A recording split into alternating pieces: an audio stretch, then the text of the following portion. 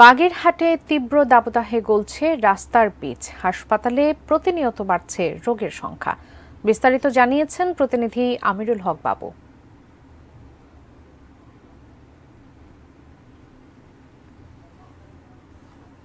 আবহাওয়া অফিস সূত্রে জানা গেছে যে গত 19 তারিখে কিন্তু বাগেরহাটে 41 ডিগ্রি সেলসিয়াস তাপমাত্রা ছিল এবং যা গত 20 তারিখে বেড়ে 41.7 ডিগ্রি পর্যন্ত দাঁড়িয়েছিল। কিন্তু গতকালকে যার যে তাপমাত্রা ছিল সেটি 39.8 ডিগ্রি সেলসিয়াসে ছিল। তবে আর সুখের খবর হলো যে আজকে সূর্যের তাপটা তেমন নাই। সকাল থেকে কিন্তু আকাশে মেঘ রয়েছে, সেই মেঘ থাকার কারণে কিন্তু তাপমাত্রা একটু কম। বাগেরহাটের সদর হাসপাতালে কিন্তু এই তাপপ্রবাহের কারণে প্রতিনিয়তই বাড়ছে রোগীর সংখ্যা।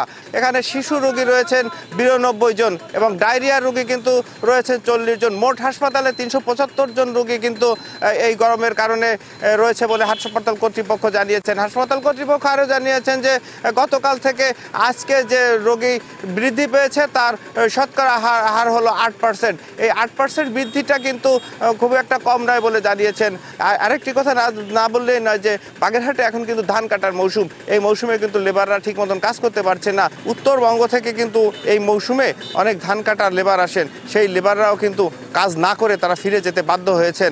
এই 60 গম্বুজ, মাজার gate, Bagerhat bus stand, DC অফিসের সামনে কিন্তু গত দুদিন ধরেও বেশ একটা পিচ এখানে গলা দেখতে পেয়েছি।